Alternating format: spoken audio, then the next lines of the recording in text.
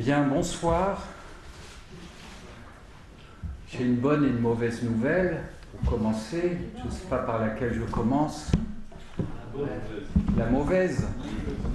La mauvaise, c'est que Maurice Corcos ne sera pas là ce soir. Voilà, il s'excuse. Il n'a pas pu. Il m'a chargé, bien sûr, de vous transmettre ses excuses. Embarrassé. Et puis, de vous parler un petit peu du séminaire Babylone, mais que vous connaissez bien. Vous avez vu le programme, donc je ne vais pas m'attarder plus que ça dessus. Voilà. La bonne nouvelle, la très bonne, c'était pas seulement pour faire passer la mauvaise. La bonne nouvelle, la très bonne, elle existe en vrai. C'est que j'ai le plaisir, et je dirais peut-être l'honneur aussi, finalement, de recevoir ce soir Gérard Pommier, qui va nous parler, qui peut nous parler de quantité de choses, toutes très intéressantes, mais qui a décidé ce soir de parler peut-être plus spécifiquement de Thomas de Quincey. Rien n'interdira, évidemment, on connaît Gérard Pommier, on connaît sa tonicité, sa fougue, son esprit associatif, de parler de quantité d'autres choses. Du reste, je pense qu'il va nous confirmer ça. Thomas de Quincey est un point d'ouverture absolument formidable pour parler de quantité de choses, pas seulement de l'opium, mais évidemment du psychisme en général. Alors, je suis très content de recevoir Gérard Pommier. C'est un honneur aussi. Gérard Pommier est psychiatre, psychanalyste, comme chacun sait, professeur émérite à Paris 7. Il est membre fondateur, directeur aussi de la revue La Clinique Lacanienne, où le mot important dans cet intitulé est sans doute celui de clinique. Voilà. Gérard Pommier est un clinicien, quelqu'un qui frotte la théorie à l'épreuve de la clinique qui excède toujours la théorie, comme chacun sait, ce qui maintient comme ça, dans les propositions de Gérard Pommier, dans ses propos, une énergie dont je parlais tout à l'heure, en tout cas quelque chose d'extrêmement vivant, qu'il est toujours extrêmement agréable de pouvoir entendre, de pouvoir écouter. La première fois que j'ai discuté en vrai, en réel, non en vrai, avec Gérard Pommier, c'était il n'y a pas très longtemps, il y a 2-3 ans, je vous avais invité à venir au séminaire du service du département de pédopsychiatrie, le thème en étant le réel. Et quoi de mieux qu'inviter Gérard Pommier, qui avait écrit, il y a quelque temps, c'était je crois 2004, c'est chez RS, un bouquin qui s'intitule « Qu'est-ce que le réel ?»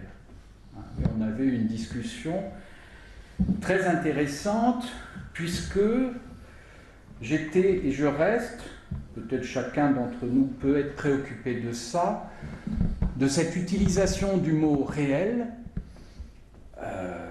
dans la santé pour nous obliger à certaines choses. C'est du réel, il ne faut plus penser, il faut appliquer tel ou tel protocole. Rien ne sert de s'interroger puisque c'est du réel. Le réel, c'était la crise sanitaire, c'est les besoins en consultation, c'est ceci, c'est cela. Et moi, personnellement, j'étais extrêmement préoccupé, pas seulement du coronavirus, mais aussi de ce que cette crise sanitaire allait pousser les instances, les tutelles, les autorités à reconduire viralement. Et notamment ce discours extrêmement comptable, c'est du réel, il faut appliquer un certain nombre de choses sans réfléchir, il n'y a plus le temps de réfléchir. Et Gérard Pommier, notamment dans ce livre « Qu'est-ce que le réel ?», a évidemment parfaitement démontré que c'est justement parce qu'il y a du réel qu'il doit y avoir de la pensée, qu'il doit y avoir des chemins de pensée, des bifurcations, des dérivations, une complexité comme ça sollicitée par le réel lui-même. Parmi d'autres publications de Gérard Pommier, qui est très productif, Évidemment, il y aurait peut-être, se répondant l'un l'autre, un ouvrage publié il y a quelques années qui s'appelle, avec un point d'interrogation, Freud apolitique. Et puis, plus récemment, un bouquin qui m'avait beaucoup intéressé aussi, Occupons le rond-point, Marx et Freud. Ça, c'était en 2019. Le point de départ de ce livre passionnant, c'était la colère des fameux gilets jaunes. Hein, c'est ça, la question du rond-point. Et voilà, il y avait une tentative là de penser ces choses-là, de donner de la langue aussi à ces événements, en dehors de toute condescendance, voire disqualification, évidemment beaucoup trop facile et si répandue à l'époque.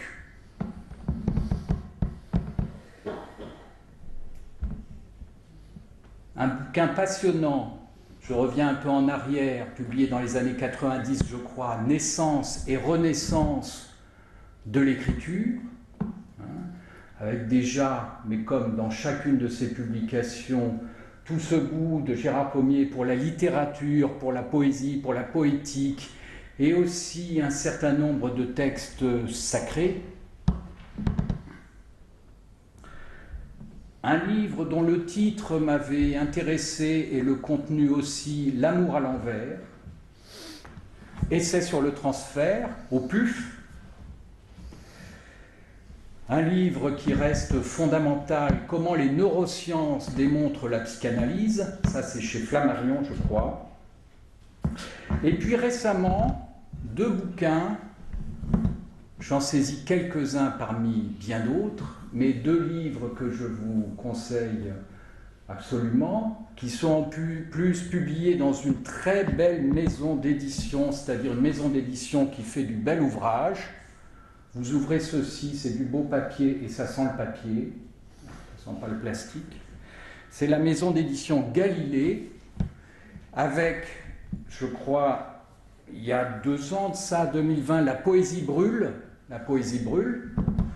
Et du reste, peut-être, on va pouvoir discuter de ça un peu avec Gérard Pommier, où il va peut-être suivre un peu ce fil. Le signifiant brûle, de la brûlure, de ce qui brûle, de ce qui marque, de ce qui fait trace.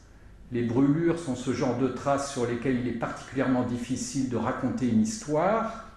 Le signifiant brûle, brûler, brûlure est un fil associatif qui me semble parcourir toute l'œuvre de Gérard Pommier, apparaissant de plus en plus dans ses publications récentes. Avec ce titre génial parce que équivoque, La poésie brûle. Est-ce que c'est la poésie qui brûle elle-même? Est-ce que c'est la poésie qui brûle le poète ou celui qui la lit? La question, comme toute belle équivoque, n'est guère résolue, et c'est pas ça le problème. La poésie brûle, donc, avec tout ce compagnonnage d'écrivains, de littérateurs, de poètes. Peut-être Rimbaud, le premier, peut-être, beaucoup Baudelaire, Rilke et quantité d'autres, des ouvrages à l'érudition puissante, efficace, modeste, facétieuse en même temps. Autre livre publié chez Galilée, Mon aventure avec Lacan, Mon aventure avec Jacques Lacan, évidemment, un titre, là aussi, qu'on pourrait déplier dans bien des facéties. Voilà, ça c'est Gérard Pommier, il y a un esprit facétieux, un esprit assez adolescent, à mon avis, qui continue d'être là. Alors, pas d'autres publications depuis Mon aventure avec Jacques Lacan? Non. Non. Il y a quelques mois. Peut-être celle-là, dont je vais parler ce soir. Alors celle-là, je ne l'ai pas, je l'ai maintenant. Racine cubique du crime, inceste, aux éditions Stylus, la collection Résonance, avec une très belle couverture. Merci. Donc, que rajouter? Pas grand-chose. Je vous laisse la parole sur Thomas de Quincey.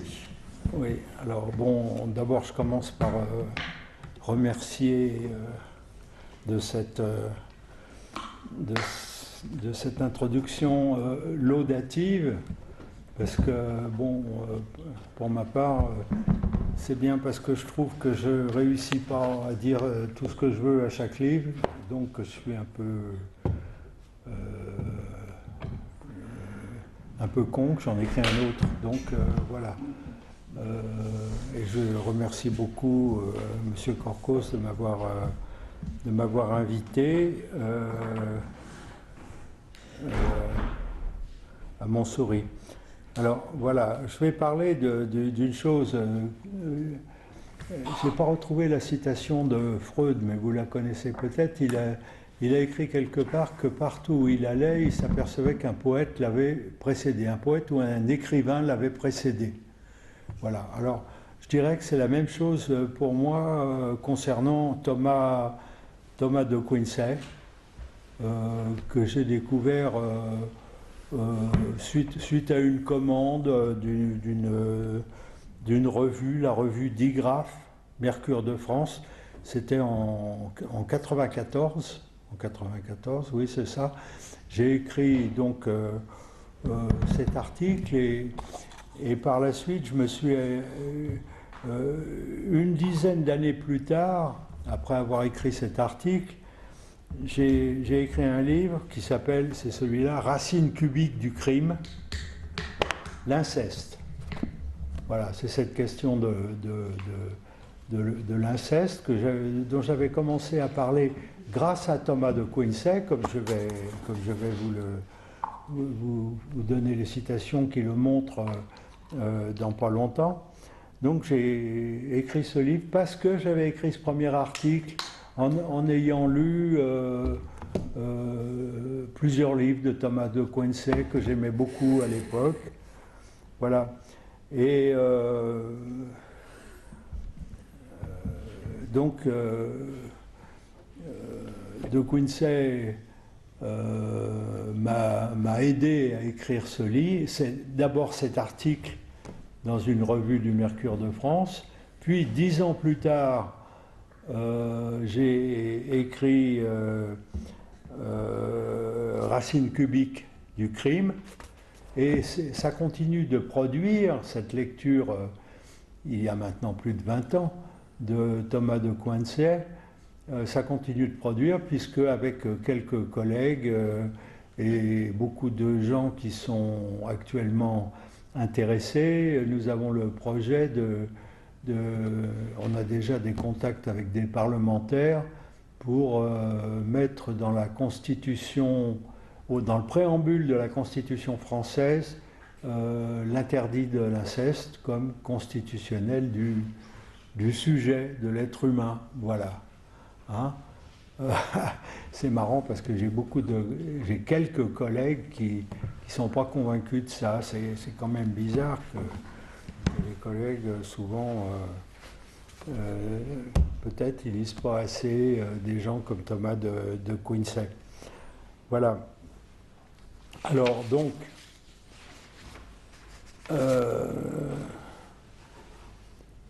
dans le livre que j'ai écrit, celui-là, il y a un chapitre dans Racine cubique du crime qui est consacré à Thomas de Quincey, qui, lorsqu'il était seulement adolescent, il errait dans les rues de Londres, il mourait de faim, et une jeune prostituée lui a donné un peu de pain et de vin. Et c'est une rencontre qui a illuminé Thomas de Quincey. Et il devait revoir cette jeune prostituée, mais il est arrivé en retard au rendez-vous, donc il l'a perdu de vue irrémédiablement et il l'a cherché ensuite pendant des années. Et il considère dans ce premier livre qui s'appelle Confession d'un mangeur d'opium, écrit en 1822, qu'il l'avait perdu irrémédiablement et qu'il ne la retrouvait que dans ses rêveries grâce à l'opium. Donc il y a déjà une incidence intéressante avec, on peut dire, la toxicomanie. Et donc il pensait en 1822 que le visage d'Anne ressuscitait sous l'effet de la drogue, qu'il prenait de l'opium pour ressusciter le visage d'Anne. Je vais vous lire un petit passage des Confessions d'un mangeur d'opium. Le cas d'Anne, pauvre paria, ne constituait pas seulement l'épisode le plus mémorable et le plus fertile en suggestions pathétiques, mais aussi celui qui, plus que tout autre, colorait, ou pour parler plus exactement, façonnait, modelait et remodelait, décomposait le plus grand corps des rêves d'opium. Et 20 ans plus tard, Thomas de Quincey, à la publication des Suspiria de Profundis, le lecteur comprend qu'Anne, la jeune prostituée en question, elle était seulement le fantôme de la sœur bien-aimée, Élisabeth, morte lorsque Thomas avait 6 ans. Et que seule la mort avait pu séparer ce frère et cette sœur. Je cite encore, « Je ne souhaite pas retracer en détail les instants où mon agonie fut à son comble, alors que la sienne, pour prendre le mot dans un autre sens, approchait. »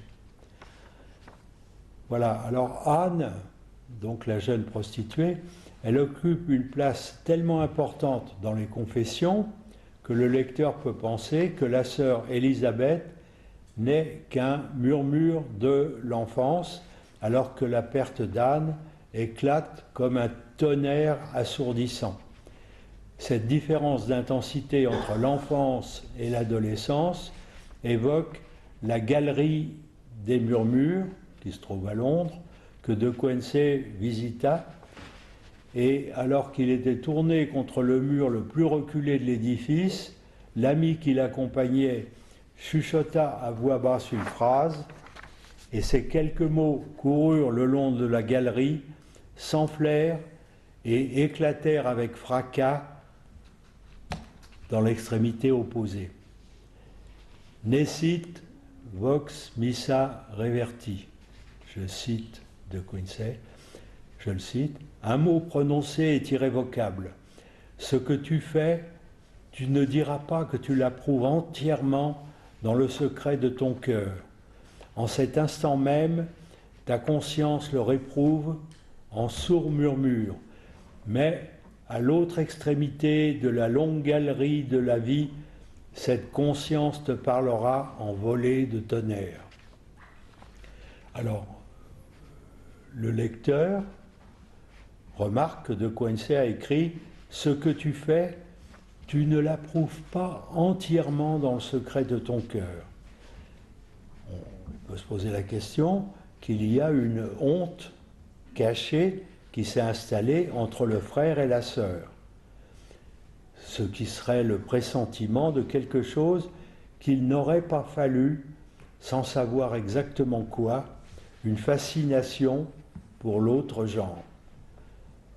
Ça n'a pas besoin d'être la découverte physique de la différence des sexes pour être suggéré par ces deux petits mots du texte, pas entièrement approuvés. Ces deux petits mots suffisent pour évoquer une beaucoup plus grande généralité qui unit frères et sœurs dans le secret. Elle retentira plus tard entre un homme et une femme. Une femme qui, par exemple, s'offre et se refuse en un simple regard. Ce quelque chose qu'il ne faudrait pas. Le regard féminin le dit déjà, il dit ces deux contraires dans le même mouvement. La voix féminine le fait entendre aussi. Sa prosodie se rebiffe, à la fois offerte et refusée. Elle fait résonner une présence, mais à distance, donnée, puis en retrait.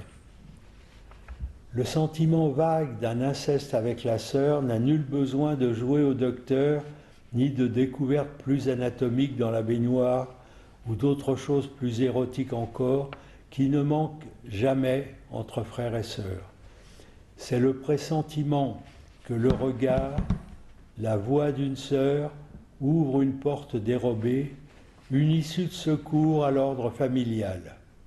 Il porte déjà le sceau d'une honte secrète de ce qu'il ne faudrait pas.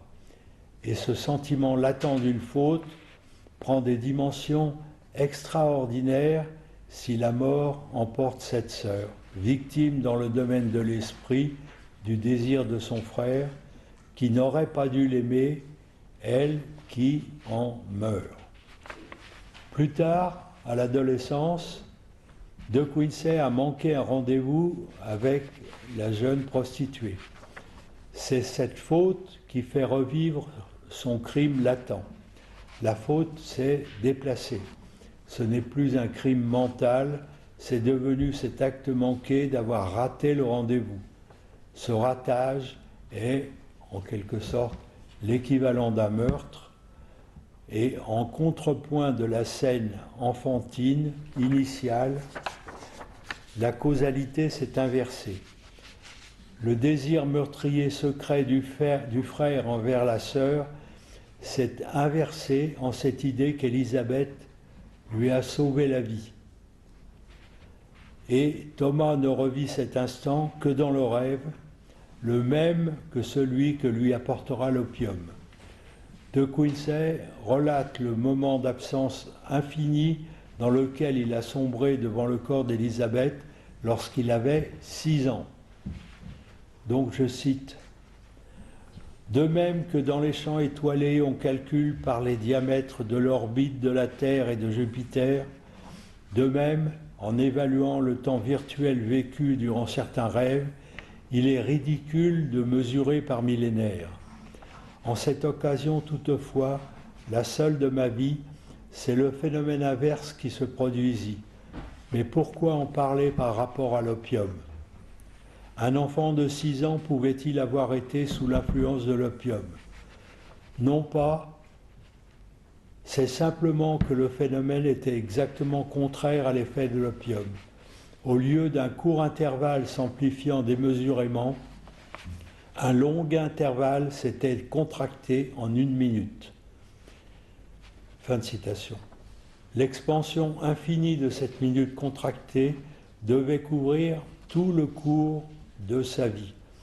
L'opium retourne le temps jusqu'en cette origine où la sœur brusquement s'absente pour renaître adolescente sous les traits d'Anne, mais une nouvelle fois vouée à la disparition, cette fois-ci par la faute de Thomas.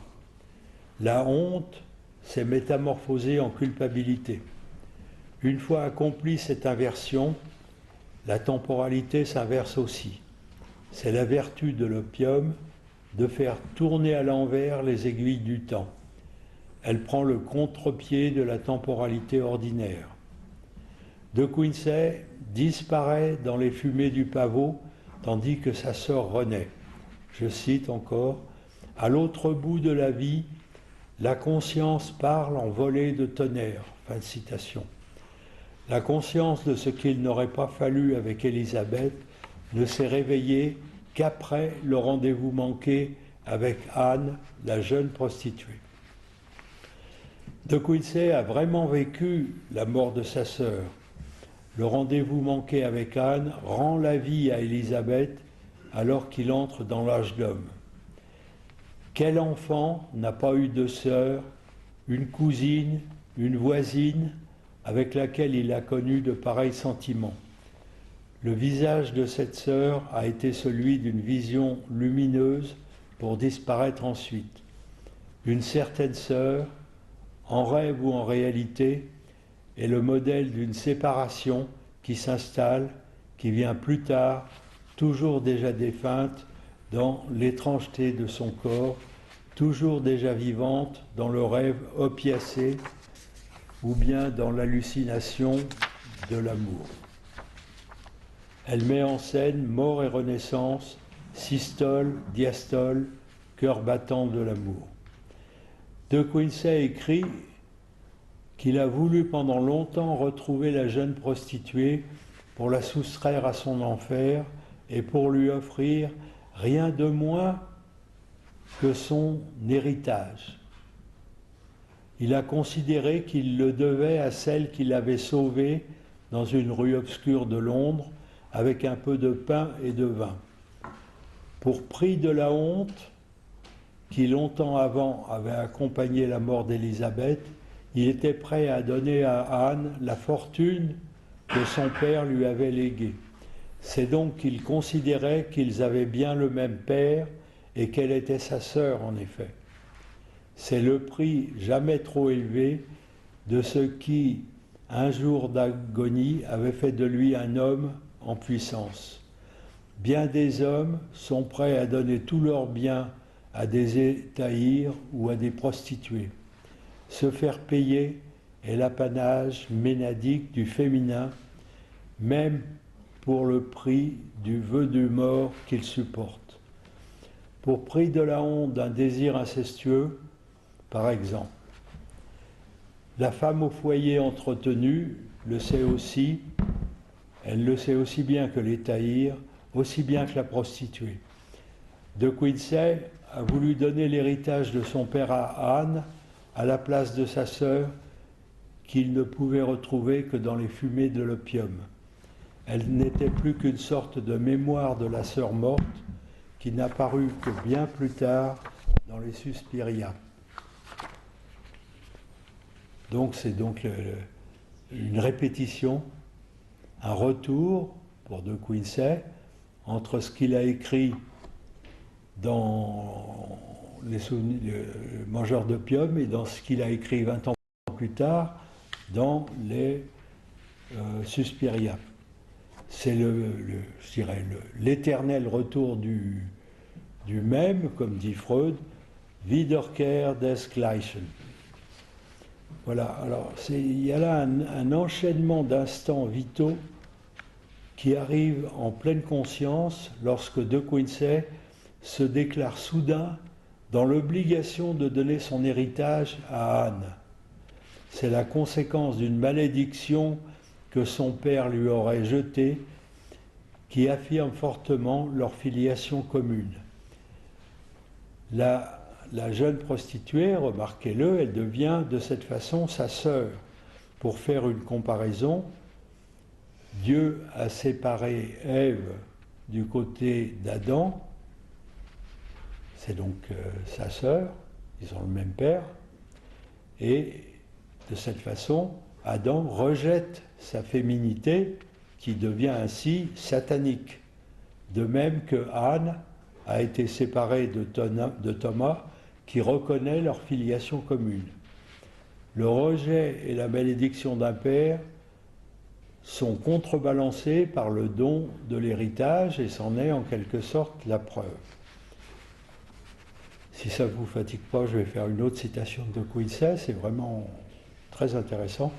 Je cite « Ô ma jeune bienfaitrice, combien de fois ai-je souhaité que la bénédiction d'un cœur oppressé par la reconnaissance de cette prérogative et cette puissance surnaturelle que les anciens attribuaient à la malédiction d'un père, poursuivant son objet avec la rigueur indéfectible d'une fatalité, que ma gratitude pût elle aussi recevoir du ciel la faculté de te poursuivre, de te hanter, de te guetter, de te surprendre, de t'atteindre dans les ténèbres épaisses d'un bouge de Londres,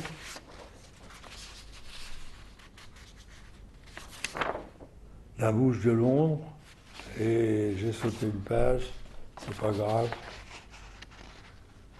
c'est dommage, parce qu'il dit que du coup, il souhaitait, moi je la retrouve, ouais, je la retrouve, ou même s'il était possible, dans les ténèbres d'un tombeau. Donc vous voyez, il y a un vœu de mort à l'égard de la sœur à partir du moment où elle est désirée pour te réveiller, je continue la citation, avec un message authentique de paix, de pardon et de finale réconciliation. Je ne sais pas si vous voyez bien la clé qu'il y a là pour comprendre la violence envers les femmes. qui caractérise nos sociétés depuis Adam et Ève, quoi.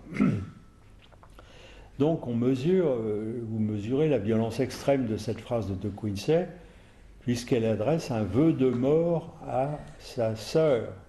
Ce vœu, il va au bout de la honte d'un inceste, qui pourtant, l'inceste n'a jamais été ni ébauché, ni reconnu dans la réalité. C'est un inceste mental. Et il est surplombé par la malédiction d'un père, jeté d'abord sur la fille, puis sur le fils. C'est la même chose que le silence paternel, lourde malédiction, qui plane sur les jeux d'enfants, qui généralement ne sont jamais innocents. Donc le récit des Suspiria, qui vient 20 ans plus tard, après les rêveries d'un mangeur d'opium, le récit des Suspiria, alors là, il y a marqué quelque chose de vraiment cruel.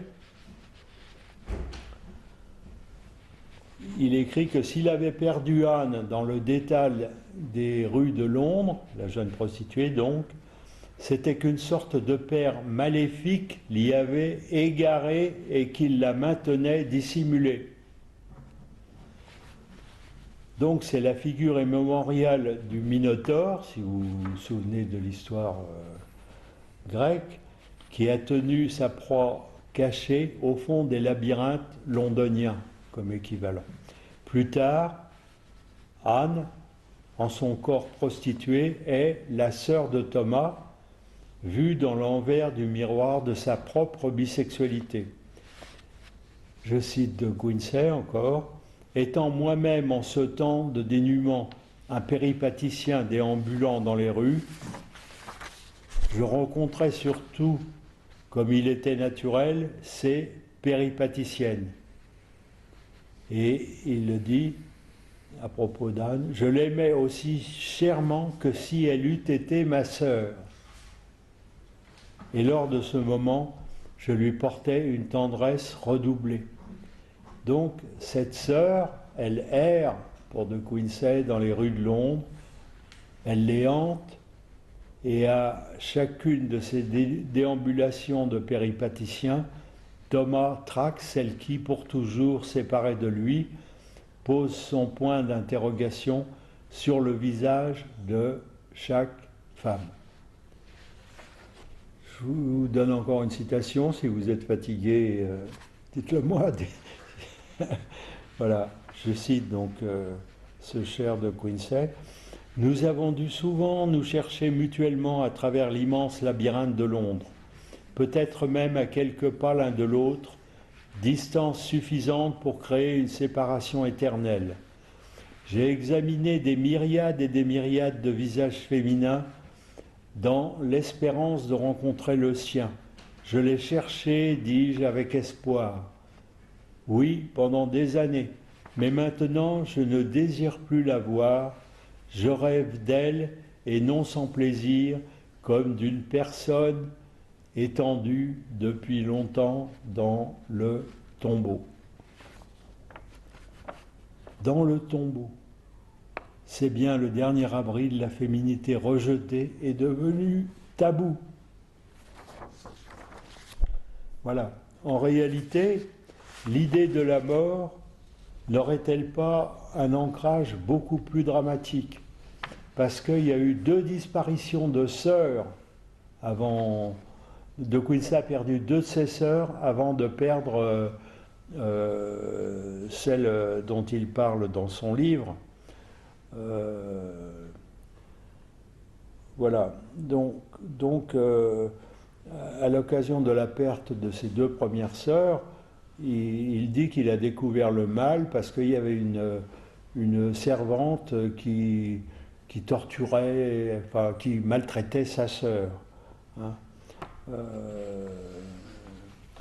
Et en quelque sorte, il était déjà dans une position d'enfant battu lui-même en voyant cette sœur, ces scènes où ses 2 premières sœurs étaient battues.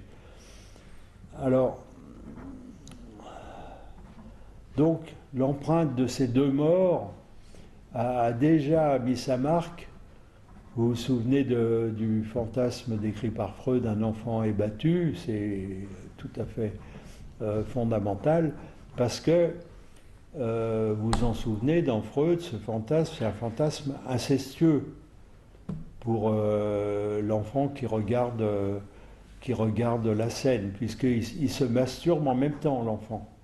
Hein, vous vous en souvenez, donc vous voyez le rapprochement qu'on peut faire là avec Freud.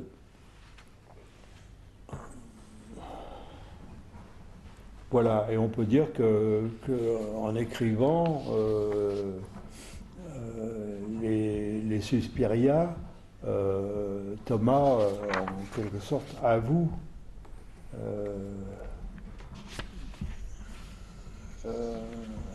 avoue qu'il était lui aussi porté par ce fantasme. Voilà ce qu'il écrit. Ce qui devait succéder ensuite fut une nuit qui devait suivre mes pas bien avant dans l'existence. Peut-être ce que je suis aujourd'hui est-il fort différent, en bien comme en mal, de ce que j'étais sans cela. Alors, on peut se demander si De Quincey a vraiment quitté sa sœur et s'il en a jamais fait le deuil, si, comme il l'écrit, il lui fut interdit d'entrer dans la chambre mortuaire. Donc, il n'a pas pu faire l'adieu à sa sœur au moment où elle est morte.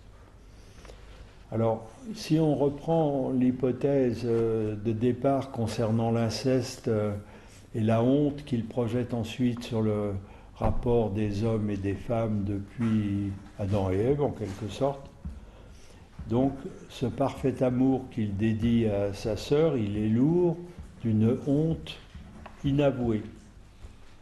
Et c'est plutôt ça qui interdit le travail du deuil, bien mieux que l'interdiction d'entrer dans la chambre mortuaire. Et il en résulte quoi ? Une longue compassion qui a duré toute sa vie, c'est-à-dire une sorte de survie éternelle de sa sœur. Voilà ce qu'il écrit aussi. 50 000 visages railleurs ne m'eussent troublé à présent dans aucun devoir de tendresse rendu à la mémoire de ma sœur. La dérision était perdue à mon endroit, et quand on se moquait injurieusement de mes larmes de fille, ce mot de fille n'avait point d'aiguillon pour moi, sinon comme un écho verbal à cette éternelle pensée de mon cœur que la plus douce créature que j'eusse connue dans ma courte vie avait été une fille.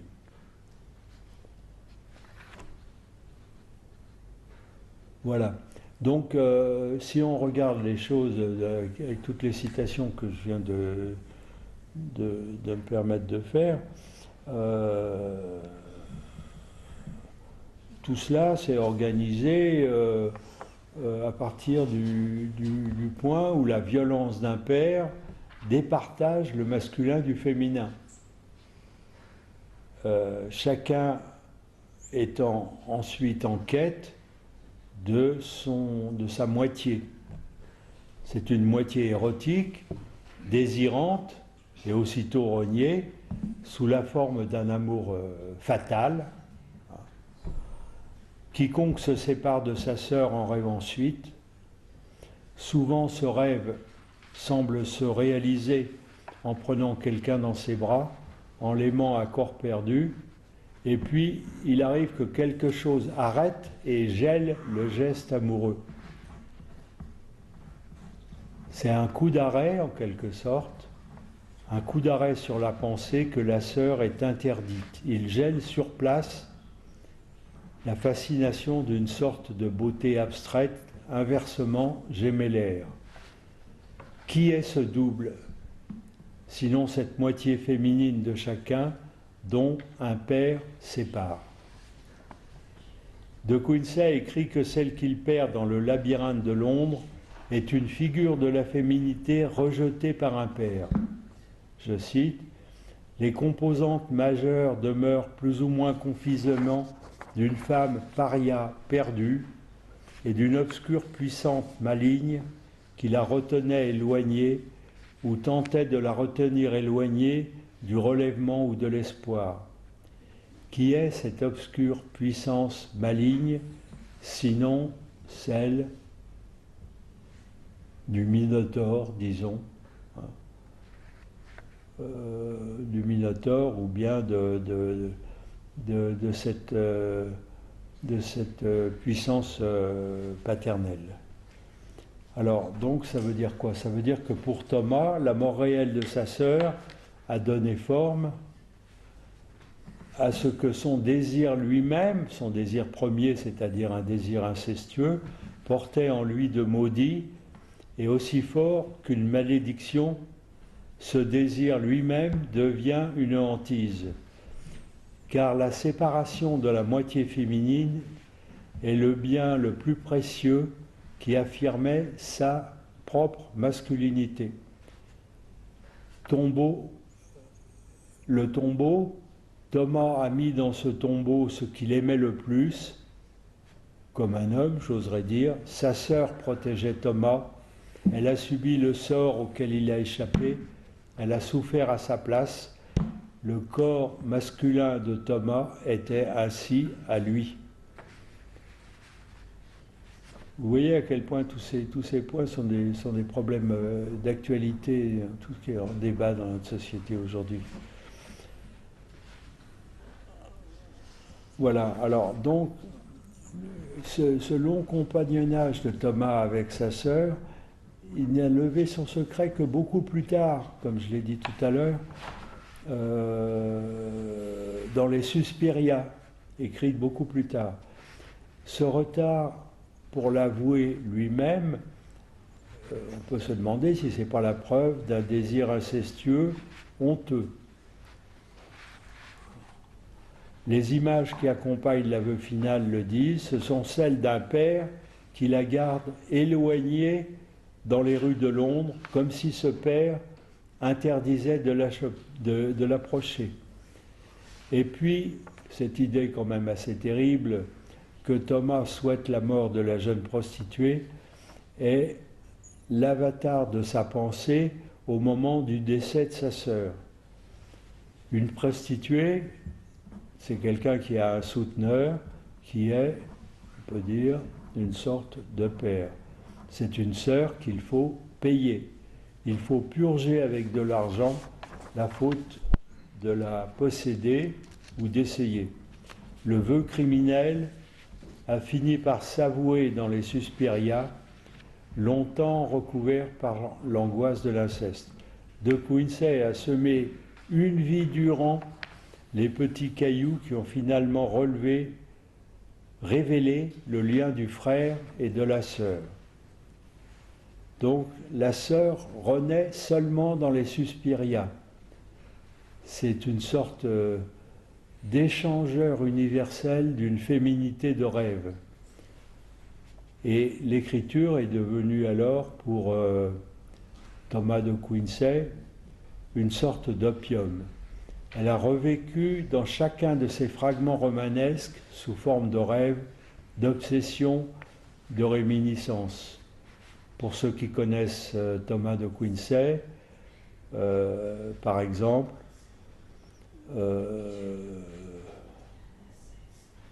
il y a une jeune femme qui est abandonnée par son amant dans les Suspiria, et elle n'aurait pu être sauvée de la mort que par une seule femme au monde, sa sœur jumelle. Ou dans un autre écrit, la fille du Liban est abandonnée par son père, elle ne rêve d'un retour au foyer paternel que pour retrouver cette sœur jumelle chérie avec laquelle, dès sa petite enfance, elle a vagabondé la main dans la main parmi les cèdres immortels. Il y a un autre écrit, la princesse qui laissa échapper une graine de grenade. Si cet acte malencontreux, malgré elle, maléfique, allait à coup sûr engendrer des catastrophes irréparables, si déjà elle sent monter les flammes qui sont prêtes à la consumer, elle se hâte de demander de l'eau, non pour assurer son propre salut, c'est impossible, mais afin de prévenir la ruine de son frère mortel pour lequel elle a hasardé originellement la sienne. Donc vous voyez, c'est encore dans de nombreux écrits de Quincy, c'est cette même thématique qui revient. Et on pense facilement à d'autres écrivains pour lesquels la sœur a eu la même fonction, on peut dire. Hein.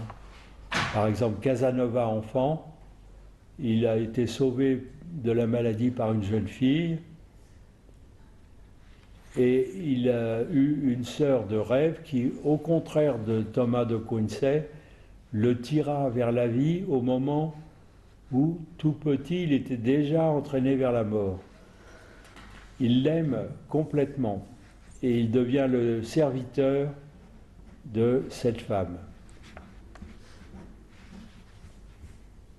Donc il est retenu dans le monde par cet amour de sa moitié féminine dont il reste pour toujours le débiteur.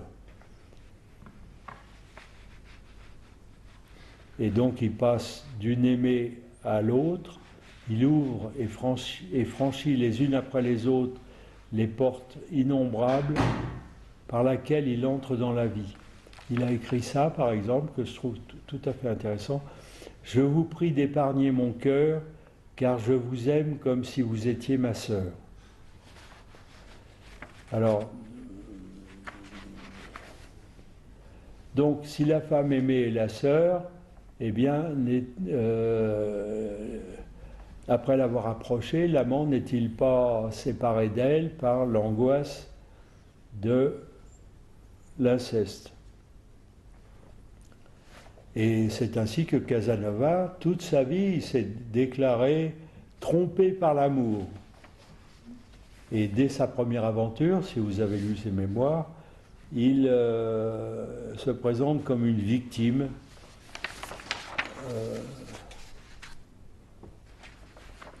Il écrit « J'ai continué à être toute ma vie la dupe des femmes. » Alors là, puisque vous êtes sûrement tous des cliniciens, vous vous souvenez peut-être du livre de Georges Grodec qui s'appelle Le livre du Ça. Personnellement, c'est le livre qui m'a amené à l'âge de 18 ans à aller voir une analyste. Alors, donc, Georges Grodec, il écrit au début dans ce livre, le livre du Ça, il jouait un jour avec sa sœur Lina, et il avait 3 ans. Et elle lui donne un ordre, la sœur, elle veut qu'il enfile à une poupée une robe supplémentaire. Georges Grodec donc s'y refuse et il lutte contre l'ordre de sa sœur, puis il cède et il profère en même temps « D'accord, mais tu verras, elle va étouffer ». Et son père, qui assistait à la scène, en augura que son fils serait médecin. Georges Grodec écrit ça. « Au moment où j'exprimais l'opinion que la poupée étoufferait, a dû se faire jour en moi l'envie de tuer un être quelconque, personnifié par la poupée. Qui était cet être, je l'ignore. Je suppose que ce devait être précisément cette sœur. Et voilà, vous avez là l'essentiel du médecin. » Donc c'est un petit couple que forment le frère et la sœur avec leur enfant, la poupée, lorsqu'ils jouent avec elle. Et l'enfant, d'après la parole de Grodec, elle va mourir étouffée dans la reproduction de la famille qui reproduit aussi l'angoisse de l'inceste. Ce lien avec la sœur c'est, on peut dire, la dernière escale avant la sortie de la marmite familiale. Ce qui veut dire que la reproduction humaine porte le sceau de ce tabou. La famille reproduit ce qu'elle fuit. Et je pense aussi ici à une fiction de Borges, que vous avez peut-être lue. Peut-être que je fais trop de citations et que ça vous fatigue. Vous avez qu'à lever un bras et dire il y en a marre. Oh, voilà Borges que j'ai rencontré à Buenos Aires. Nous avons découvert pendant la nuit, cette découverte est inévitable, que les miroirs ont quelque chose de monstrueux. C'est alors que Bioy Casares rappela qu'un hérésiarque de Hubbard avait déclaré que les miroirs et la population sont abominables parce qu'ils multiplient le nombre des hommes. Fin de citation. Borges, il a écrit ça dans les fictions. Et il n'explique pas pourquoi la multiplication de la population serait abominable. Compte tenu de ce que j'ai dit précédemment, on peut poser la question, c'est peut-être bien parce qu'elle duplique l'inceste qu'elle fuit. Voilà. Voilà, alors la suite, en fait, ça me concerne personnellement et voilà, tout cela m'a amené dans mon analyse à parler de ma sœur, bien entendu,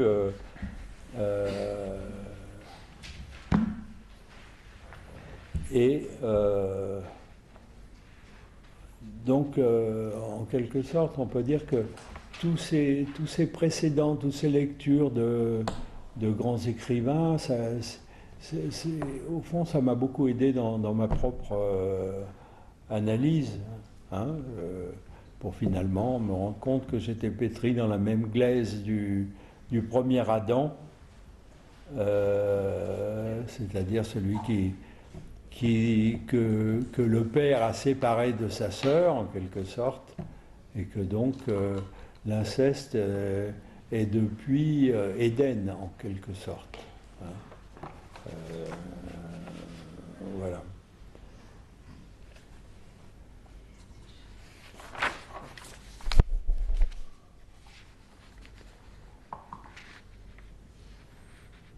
Bon, le reste, c'est quand même un peu trop personnel, j'ai pas très envie d'en parler.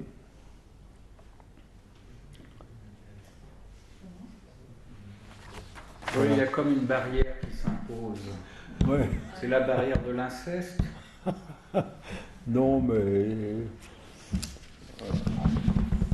je peux penser que vous connaissez tous ce genre de choses, puisqu'on a tous été des enfants qui avons joué avec nos sœurs, avec nos voisines, nos cousines, etc. La plupart d'entre nous. Hein? La plupart d'entre nous, oui. Oui, oui, oui. D'accord.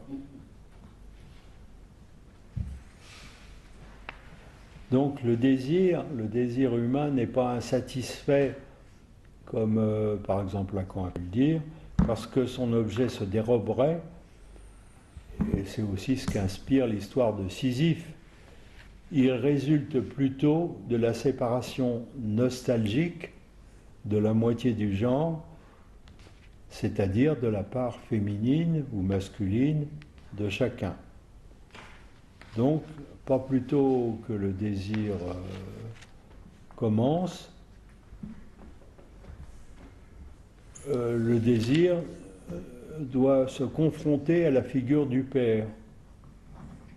Et aujourd'hui, il y a, je dirais, cette espèce d'universalité de la transgression, soit par la drogue, soit par divers autres moyens, qui, je crois, est devenue évidente. Et c'est le cas vraiment frappant dans De Quincey, qui m'a beaucoup appris, donc,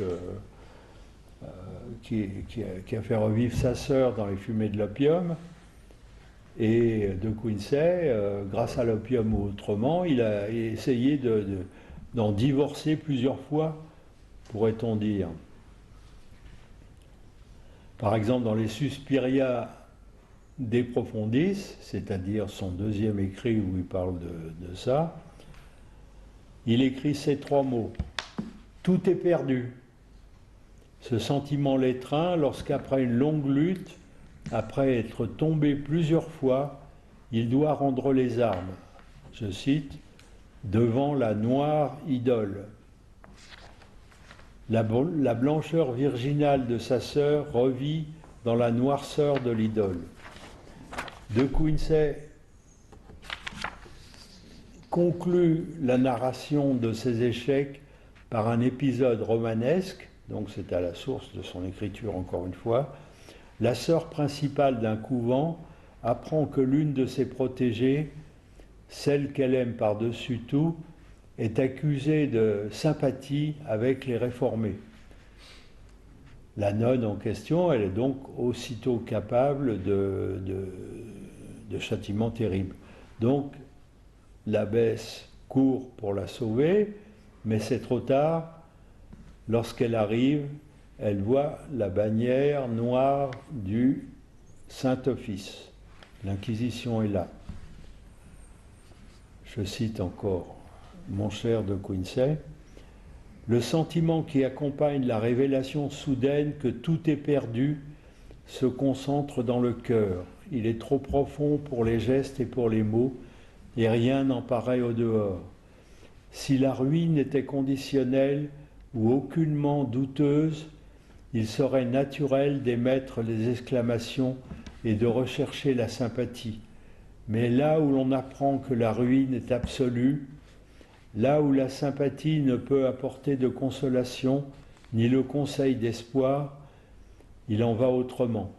La voix meurt, les gestes se glacent, l'esprit de l'homme se replie sur son centre. Voilà. Et la plus grande détresse, l'incapacité de réagir, ne vient-il pas, lorsqu'il écrit ça, De Quincey, de son propre désir de mort, qui est le mot de passe de l'inceste. C'est lui, l'inceste, la noire idole. On peut dire que je ne l'ai compris moi-même que, au fond, très tardivement.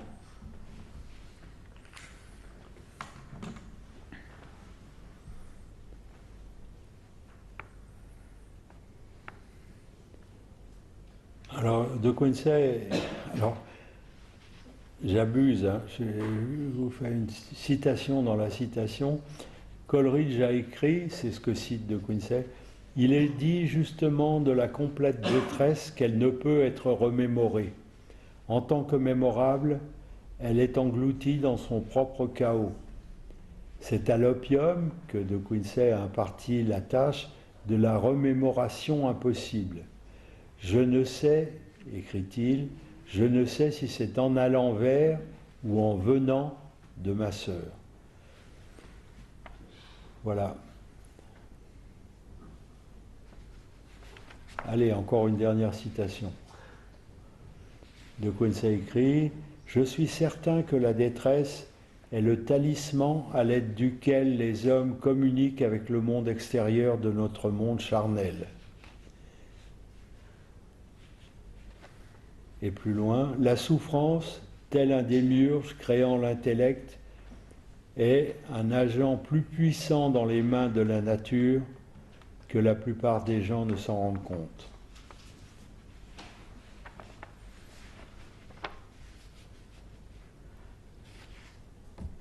Allez, je vais conclure avec encore des citations.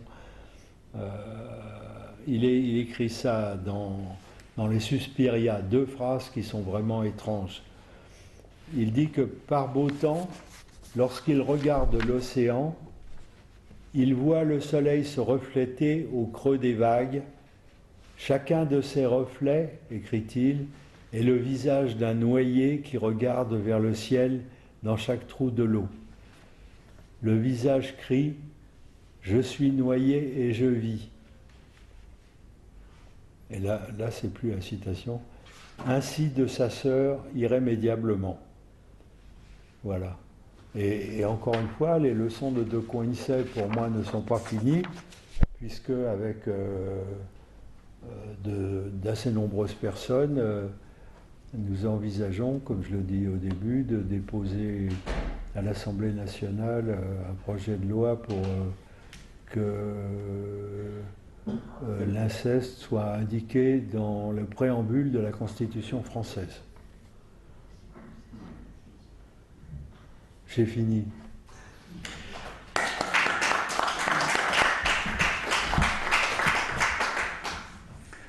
Merci beaucoup, Gérard Pommier. Merci. Il y a plusieurs fils sans doute à tirer, à suivre, à prolonger. Je ne sais pas très bien par où commencer. Peut-être ce constat d'abord. Il y a, me semble-t-il, qui court dans votre exposé. Et je me demande si ce n'est pas un des buts aussi, une manière très élégante de parler, de nous refaire entendre une théorie de la bisexualité psychique qui pourrait voilà, être très utile à rediscuter, à repenser cette théorie de la bisexualité psychique, bisexualité qui nous habiterait tous, et je crois bien qu'elle nous habite tous, mais dans un temps où ce concept de bisexualité est quand même complètement remis à plat, contredit par une espèce de concept de non-binarité. Hein, voilà, donc il me semble que vous proposez, à travers cette lecture de Quincey, une théorie de la bisexualité qui serait intéressante à déplier peut-être encore un petit peu, mais voilà, c'est moins une question qu'une remarque, un constat et un plaisir, le témoignage du plaisir, évidemment à nouveau, que j'ai eu de vous écouter un peu. Alors après, j'ai un peu l'impression que vous allez saisir ce passionnant de Quincey pour formaliser quelque chose du côté de la bisexualité, du côté de l'inceste. Je ne sais pas si, après tout, on ne peut pas, évidemment, raconter l'histoire un petit peu autrement. Bien que je sois tout à fait d'accord avec un certain nombre de jalons que vous avez posés sur l'histoire de Quincey, j'ai l'impression, moi, de le lire et de l'entendre, ce pauvre de Quincey, un peu autrement. D'ailleurs, ce pauvre de Quincey, est-ce qu'il n'est pas un peu hypocrite avec lui-même? Est-ce qu'il s'afflige autant que vous l'avez un peu présenté, d'être devenu dépendant de l'opium, de devoir penser sans cesse à sa sempiternelle sœur défunte, quand il dit, citation que vous avez reprise, « Ce que tu fais, toi, tu ne l'approuves peut-être pas entièrement, effectivement, ça fait penser à un vécu de honte. Derrière ce vécu de honte, ça fait penser à la masturbation. Mais de quelle masturbation s'agit-il? Peut-être celle de s'obliger à aller s'exciter au contact de cette sœur morte, en effet, pour trouver quelque chose de suffisamment tonique, nourrissant sa créativité.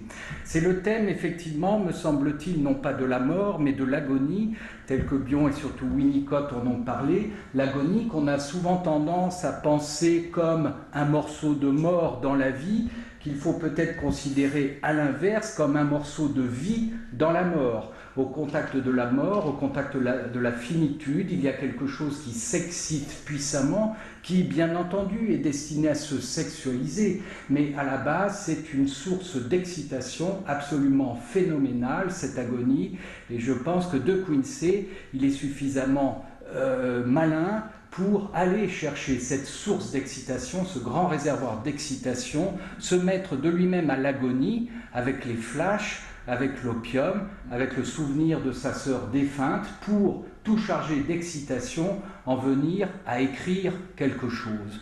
Peut-être à enfin écrire quelque chose. Je reprendrai peut-être, mais vous l'avez fait, un peu la biographie de Quincey. Alors il faut savoir, c'est ça qui transparaît très bien dans ce que vous avez présenté, en nous donnant comme ça un tel flux de citation, je crois que vous témoignez bien que ce texte, Les Confessions d'un mangeur d'opium, par De Quincey, a été retravaillé toute sa vie. Hein. C'est un texte chargé, c'est une sorte de palimpseste en quelque sorte, Les Confessions du mangeur d'opium, et l'œuvre entière, plus ou moins, de De Quincey, c'est une sorte de palimpseste autour de premier point d'appui, premier jalon créatif, c'est sûr, la découverte de l'opium, et puis après il découvre qu'en quelque sorte, comme si cette découverte de l'opium n'était qu'un mécanisme d'après-coup tel que Freud va le théoriser quelques décennies après, et bien derrière ce flash-là, cette révélation de l'opium, il y a la révélation du décès de la sœur adorée, Élisabeth. Hein. C'est-à-dire d'ailleurs il en parle dans les mêmes termes, il parle de révélation pour l'opium comme il parle de révélation pour le moment où sa sœur adorée Élisabeth décède. Hein, c'est un flash, dans les deux cas c'est une révélation.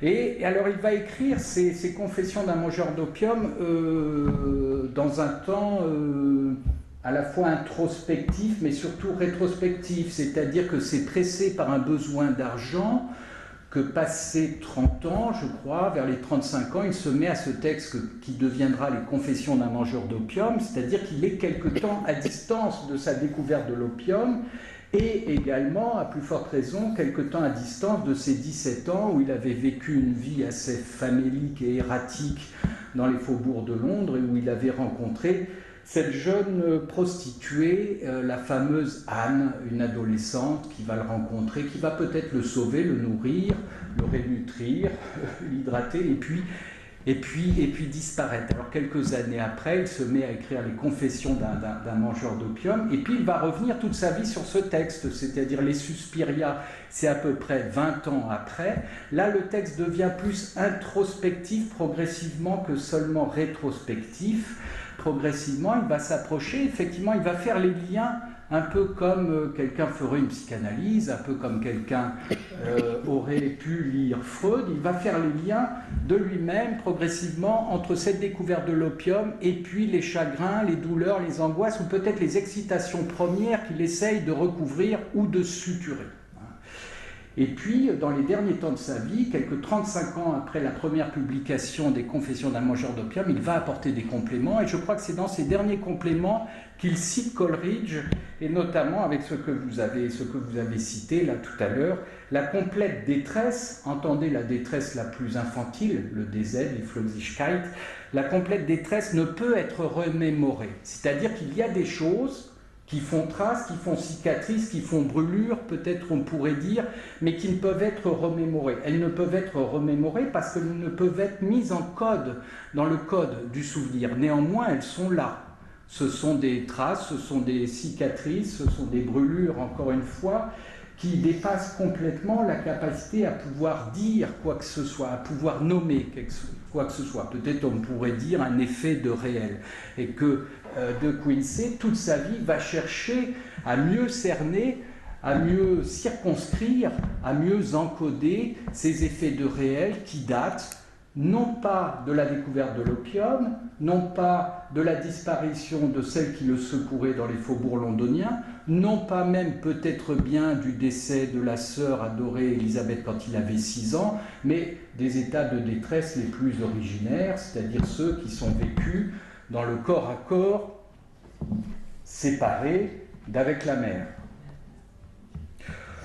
Bon, il y a tout cet aspect-là qui est absolument passionnant aussi, je pense qu'il vous a bien attiré l'attention chez de Quincey, c'est-à-dire un texte qui ne cesse de s'écrire autour d'un mouvement qui devient de plus en plus introspectif, mais à tel point que le parcours de Quincey, par avance, pourrait annoncer celui de Sigmund Freud, dont on se souvient qu'il commence plus ou moins par une révélation autour, non pas de l'opium, mais de la cocaïne, hein, le texte de la coca, 1884, je crois, si je me souviens bien. Hein. Et puis Freud, qui va être absolument passionné par la cocaïne, qui va écrire des lettres fougueuses, enflammées à sa chère Martha. Freud, en évoquant la cocaïne, hein, ça c'est assez rigolo à lire. Freud, qui lui-même a perdu non pas une sœur, mais un frère, le fameux Julius, je crois quand il avait 19 mois. La première paire chez De Quincey, c'est une première sœur qui s'appelle Jeanne. De Quincey a 15 mois. De Quincey a 15 mois, Freud perd son Julius à 19 mois. Y a-t-il une perte durant l'adolescence chez Freud qui serait comparable à celle de Quincey avec la jeune Anne? Peut-être pas, bien qu'il y ait dans les lettres de jeunesse ces évocations d'une certaine Gisela Flus, d'une certaine Ichtiosaura, du moins elle est renommée ainsi, fille dont Freud semble s'amouracher, mais peut-être pour non pas tant qu'il sera amoureux de cette jeune fille, mais plutôt pour se raconter un peu des histoires avec le frère de la jeune fille, voire un de ses amis, avec lequel il entretient comme ça des propos un petit peu théâtralisés. Et puis de la même manière que De Quincey reprend 35 ans après, dans les derniers développements, dans les derniers compléments aux Confessions d'un mangeur d'opium, son parcours introspectif, et qu'il arrive notamment à la fin de sa vie à cette formule que peut-être n'aurait pas renié Freud ou peut-être même pas Winnicott, à propos de l'incommunicable, à propos du réel insaisissable. De Quincey écrit, je cite plus ou moins de mémoire, « S'il surgissait un nouveau sphinx qui proposa à l'homme cette nouvelle énigme, quel est le seul fardeau que le courage humain ne saurait supporter? Je répondrai, c'est le fardeau de l'incommunicable. » Donc 35 ans après les premières confessions d'un mangeur d'opium, De Quincey revient là-dessus, remet son propre psychisme en fait sur l'établi, il le remet au travail, de la même manière que 35 ans pratiquement pile après le texte de la Coca, et ben Freud s'alerte, remet sur le tapis son propre ouvrage, écrit Au-delà du principe de plaisir, pour partir à la recherche de quelque chose qui ne se laisse pas mettre en ordre dans l'ordre du plaisir, quelque chose, une sorte de pure quantité, de traces originelles, de traumas originaires, qui mobilise la pensée, qui pulse en dehors de tout principe de plaisir. 35 ans, ou à peu près, parcours étonnamment similaire à Thomas de Quincey. Alors, une question là-dessus, que je vous pose Gérard Pommier, est-ce qu'on sait si Sigmund Freud a lu Thomas de Quincey, et est-ce qu'il aurait pu être inspiré, lui aussi, par Thomas de Quincey? Parce que Thomas de Quincey a eu un succès phénoménal avec ses Confessions d'un mangeur d'opium. Vous le savez, bien sûr, c'est-à-dire, il les publie en 1822, la première version. C'est un succès important. C'est un succès important pour une certaine raison, c'est-à-dire que oui, il n'est pas tant que ça en train de s'affliger, ce De Quincey. Il est en train aussi de revendiquer une identité que l'on pourrait définir, je crois, même si là il y aurait une forme d'anachronisme, comme une identité de toxicomane. Il dit, moi mon truc, je le consomme aussi par plaisir. Ce qui n'était jamais venu à l'esprit de quiconque auparavant, du moins de l'écrire comme ça. Bien sûr, la fameuse teinture d'opium était abondamment distribuée aux enfants qui criaient un peu trop, aux jeunes gens, aux adultes et aux vieillards qui avaient mal quelque part. Thomas de Quincey commence à en prendre parce qu'il a un peu mal aux dents et mal à l'estomac, semble-t-il, mais assez rapidement, il en parle, lui, comme une révélation, et une révélation qui devrait guider son esprit vers d'autres révélations. Ce qui va, vous connaissez l'histoire, fasciner un certain nombre de personnes, notamment en France, le club des Hachichins, Théophile Gautier, Baudelaire, etc. Alfred Musset, ça sera le premier traducteur de ces confessions, mais rapidement, elles seront traduites par Baudelaire et corrigées par Baudelaire, qui, dans certains commentaires, d'ailleurs, parle des sœurs de Quincey. Il parle là aussi, je ne sais plus trop, mais les chatteries des sœurs aînées sortent de mères substitutives pour de Quincey. C'est vrai qu'il y avait peut-être forcément une relation un peu particulière entre De Quincey et ses sœurs, parce que c'est une violence du temps qu'on a de la peine à concevoir aujourd'hui, celle de la mortalité infantile et celle de la mortalité juvénile des parents. Voilà, c'était une époque où les gens mouraient relativement facilement. Il n'était pas rare de perdre un frère, une sœur en bas âge, il n'était pas rare de perdre sa mère en couche, enfin un certain nombre de pertes qui paraissent assez inimaginables aujourd'hui et qui ont sans doute tapissé évidemment le psychisme des personnes avant l'ère moderne, avant les antibiotiques et stéroïdes.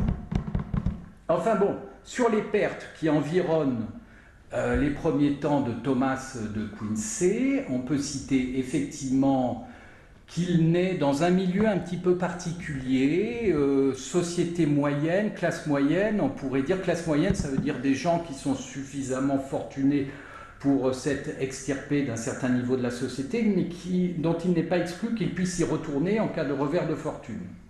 Donc vécu toujours un petit peu de menaces comme ça. Menaces physiologiques parce que le père de Quincey est tuberculeux, je crois que c'est ça, et il va mourir de tuberculose quand de Quincey a 8 ans. Avant cette perte, il y a la perte de la sœur adorée Élisabeth. Il a 6 ans, effectivement, je crois. À peu près en même temps que la sœur Élisabeth, il y a la perte, le décès de sa grand-mère maternelle. J'insiste un peu sur l'axe des femmes. Et puis avant ce décès-là, il y a la perte d'une première sœur qui s'appelle Jeanne. J'en disais un mot tout à l'heure, il la perd quand il a à peu près 15 mois, je crois. Bon. Dans les quelques écrits qu'on a, il n'y a pas beaucoup de biographies de Quincey. On dit que la mère a un comportement assez irascible, difficile.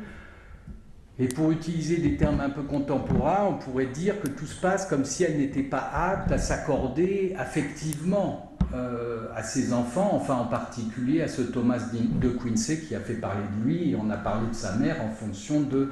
Elle était la mère de Thomas de Quincey. On ne sait pas très bien comment elle était avec les autres enfants après tout, mais semble-t-il avec Thomas de Quincey, elle était assez dure, assez implacable, ayant le souci qu'il fasse des études sans que ce soit des études trop brillantes, étant très peu dans la chaleur affective, et puis à un moment, durant son adolescence, effectivement, il décide de fuguer, il a 17 ans, et c'est là qu'il se retrouve à Londres, sans le sou, et qu'il rencontre la fameuse Anne. Mais comment imaginer que la mère, s'étant préparée au décès de son mari, vivant un certain nombre de pertes, comment imaginer que cette mère ait pu s'autoriser finalement? C'est là peut-être qu'on rejoint une clinique actuelle, celle du court-entendre. Quels sont les moyens des parents à cette époque-là, mais des parents aujourd'hui aussi, après tout, pour faire vivre, pour s'accorder affectivement à leurs petits, pour faire vivre ce court-entendre? Vous savez, ce tendre, cette tendresse qui est, comme Freud le disait, de l'érotisme, mais de l'érotisme tamisé. C'est peut-être plus Racamier qui a parlé ça en termes de gradient, ni trop chaud ni trop froid, en tout cas du tendre, de la tendresse. Ce qui est intéressant peut-être aussi à propos d'une sorte de préfiguration des élaborations freudiennes par de Quincey, c'est que le court-entendre dans la théorisation freudienne apparaît dans un texte des années 10 qui est sur le plus général des rabaissements de la vie amoureuse et qui parle de ces hommes qui ne peuvent trouver une jouissance qu'avec des objets socialement dévalorisés. C'est la différence entre la maman. Si la femme est proche de la maman, elle est trop idéalisée et la jouissance sexuelle ne pourra pas être obtenue auprès d'elle. C'est un excès de court-entendre. Par contre, la jouissance peut être obtenue chez certains individus, chez certains hommes, auprès d'objets socialement dévalorisés. La putain, là, le sensuel est possible. Alors, voilà, c'est là que Freud pose l'opposition entre le courant-tendre et le courant sensuel. Moi, ce que je crois aussi d'une considération d'une clinique très actuelle, c'est que moins les parents, parce qu'ils sont pris dans leurs propres histoires, parce qu'ils sont pris dans leurs propres traumas, parce qu'ils sont peu disponibles affectivement, moins ils vont être tendres, plus ils vont sexualiser, sensualiser, je devrais peut-être plutôt dire, leurs petits. C'est-à-dire, moins il y a de tendresse, plus l'enfant très jeune se sent corps entier, en prise avec une excitation dont il ne sait pas quoi faire. Et cette excitation, c'est un peu comme l'agonie telle que j'en parlais tout à l'heure. Eh bien, il faut bien savoir en faire quelque chose, et surtout son destin, c'est de se sexualiser, et pourquoi pas filer effectivement en direction des sœurs, ou de tout autre objet qui passerait par là. Donc d'une certaine manière, peut-être De Quincey est effectivement en position d'enfant battu. J'ai l'impression qu'il est surtout en position d'enfant non tendrement attendu, non tendrement tenu, et de ça, ça en devient un enfant précocement excité, et qui ne sait pas très bien quoi faire de son excitation, et que peut-être la révélation de l'opium, ça va être de lui donner, comme nos toxicomanes nous en parlent aujourd'hui, une espèce d'effet amortisseur, amortissant. Et en même temps, lui, c'est le premier, je le disais tout à l'heure, alors que quantité de jeunes gens s'enivraient avec la teinture d'opium, hein, quand la petite tribu, Percy Shelley, Mary Godwin, Lord Byron se retrouvent sur les rives du lac de Lausanne en 1815-1816, et que l'un d'entre eux dit « Tiens, si on écrivait une histoire de fantômes », ils sont tous sous l'emprise de l'opium, et leur création, leur créativité va évidemment être colorée par ça. Néanmoins, ils n'ont pas cette idée qu'aura De Quincey de dire « Mais c'est bon ». C'est pas seulement que ça me calme, c'est pas seulement que ça enraye certaines douleurs, au passage, c'est du très bon. Bon, je ne sais pas trop où je vais avec ça, j'ai peut-être assez parlé. Donc, première question, je ne sais même plus ce que je dis. Oui, la bisexualité, est-ce qu'il faut continuer à penser cette affaire de la bisexualité pour ne pas la ranger dans une logique opératoire, mercantile, commerciale, fascisante, de non-binarité? Autre question, est-ce que Freud a lu De Quincey? Et dernière question, Gérard Pommier, mais enfin, qu'est-ce que vous avez fait de votre sœur?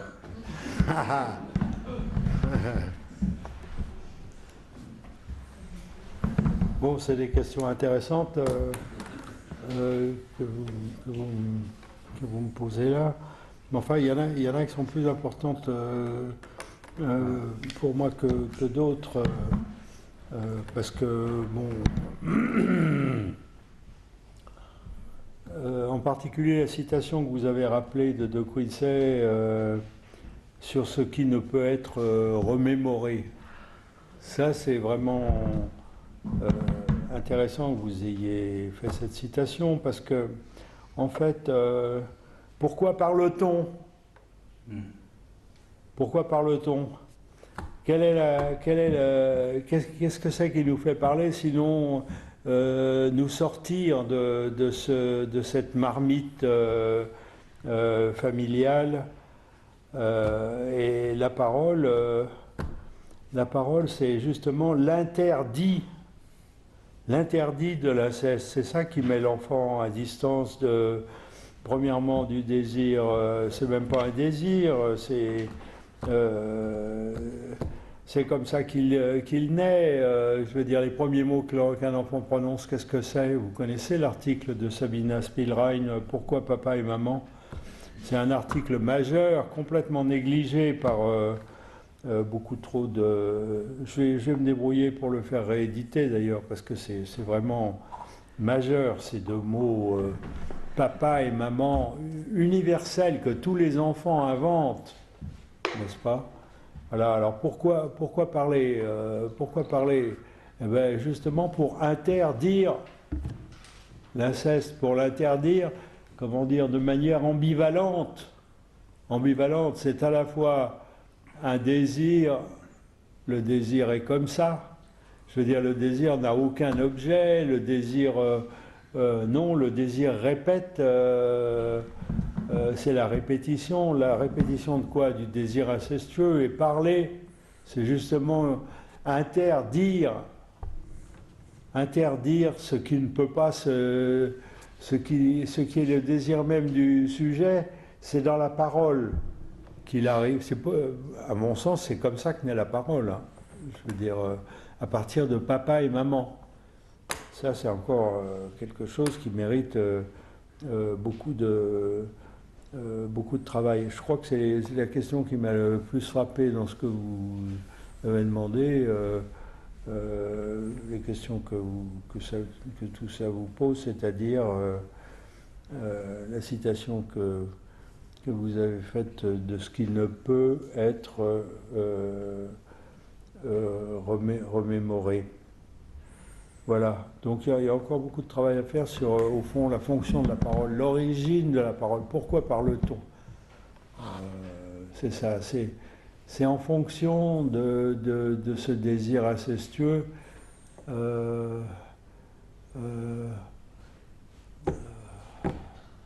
Par exemple, la manière dont Freud avec peine, d'abord il a, comment dire, il a découvert la psychanalyse avec son copain Fliss à partir des notions de bisexualité, par exemple. Je veux dire, c'est pas, il n'a jamais lâché la bisexualité. Je veux dire, dans Analyse finie et infinie, il y a une évocation, je me souviens plus sous quelle forme. Voilà, qu'est-ce que je voulais dire? C'est que, bon, sur l'origine de la parole elle-même, on a encore beaucoup de travail à faire, me semble-t-il. Pourquoi parlons-nous? Il y a un texte de Tosk sur le son du chauffard en particulier, qui est vraiment, vous le connaissez sans doute. En tout cas, ça aussi, je vais me débrouiller pour le faire republier, parce que, comment dire, Freud en a parlé de cette histoire de chauffard, je ne me souviens plus où, mais il s'est inspiré de Tosk, hein. Je veux dire,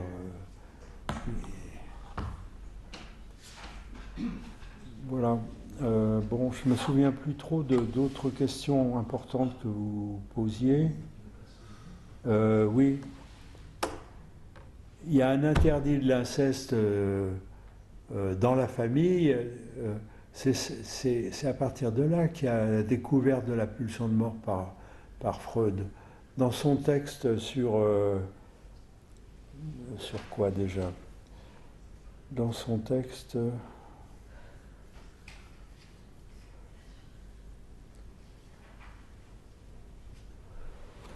La pulsion de mort, je veux dire, c'est un équivalent de ce qu'il y a par exemple dans la religion chrétienne, les enfants qui restent dans les limbes parce qu'ils n'ont pas été baptisés. C'est une mort d'avant le début de la vie. Il y a deux morts en quelque sorte, celle d'avant le début de la vie que les religions thématisent pour après la mort, c'est-à-dire retrouver un père mort et castré, tel qu'il a été envoyé par le Fils sympathique au ciel.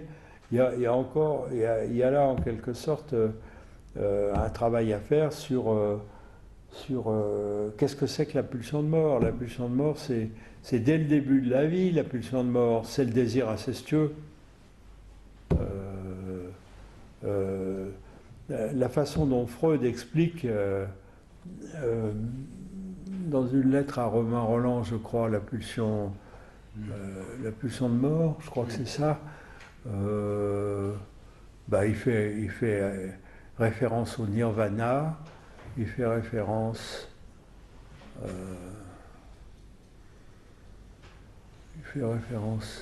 au sentiment océanique, et puis il y a une troisième chose, je ne m'en souviens plus. Enfin, tout ça, c'est bien repéré dans Freud.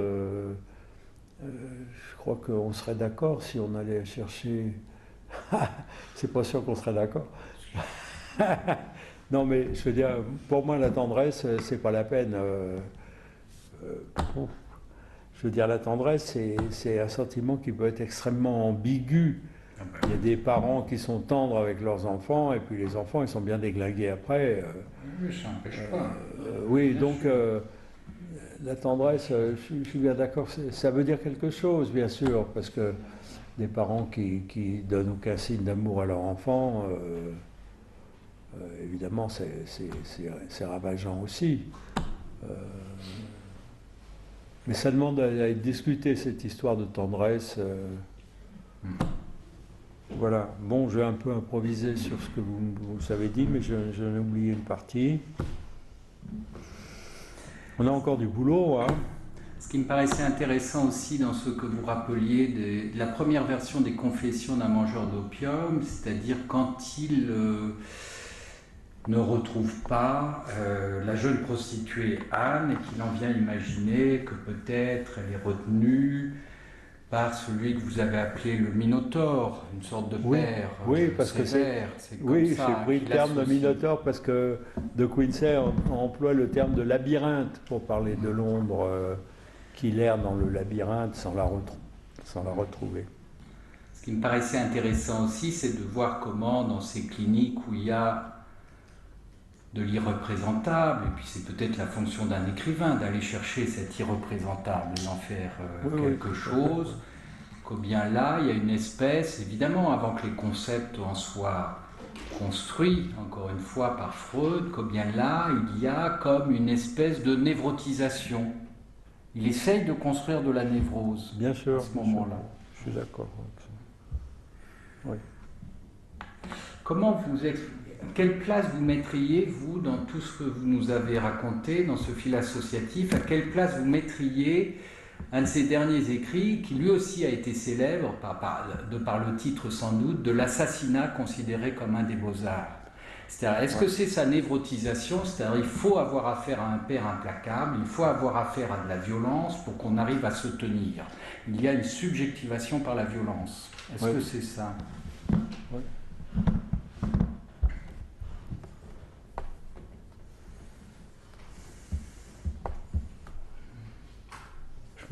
Je me souviens pas assez bien de ce texte-là, juste maintenant. Enfin, c'est un texte assez frappant, en effet. C'est-à-dire comme un des beaux-arts. Mais je me souviens plus du texte lui-même. C'est-à-dire qu'il prête à l'assassin un peu le même rôle que, par exemple, Rimbaud prêtait au forçat errant dans les villes. C'est-à-dire une figure de son propre père qui pourtant ne l'a pas élevé. Je crois que M. Corcos en parle dans son livre sur Rimbaud. Et il me semble que c'est un peu la même chose dans enfin, à De Quincey, il y a un certain nombre de livres où il s'amuse avec nous. Il s'amuse avec nous. Voilà. Oui. Hein? Des questions? Au